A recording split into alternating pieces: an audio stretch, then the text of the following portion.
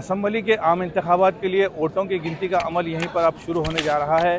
हम खड़े हैं नांदेड़ में स्वामी रामानंद तीर्थ मराठवाड़ा यूनिवर्सिटी के उस मुकाम पर जहाँ पर ये वोटों की गिनती हो रही है।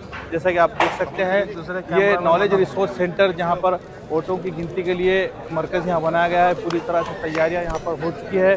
सिक्योरिटी के भी सख्त इंतजाम किए गए हैं। तमाम जो वोटों की गिनती के लिए लगने वाला अमला है वो इंतजामिया ने यहाँ तैनात किया है।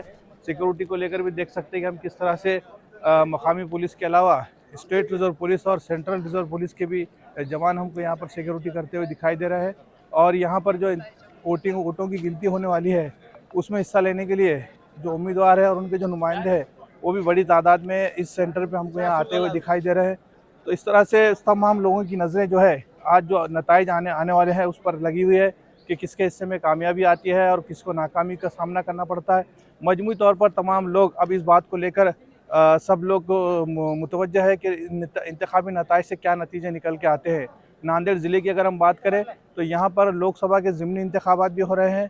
क्योंकि कांग्रेस के वसंत चौहान जिनका हाल ही में इंतकाल हो गया था उसकी वजह से यहाँ पर लोकसभा के ज़िमनी इंतखाबात हो रहे हैं। तो नांदेड़ में इस मरतबा 2 इंतखाबात के नताइज यहाँ पे हमको देखने को मिलेंगे।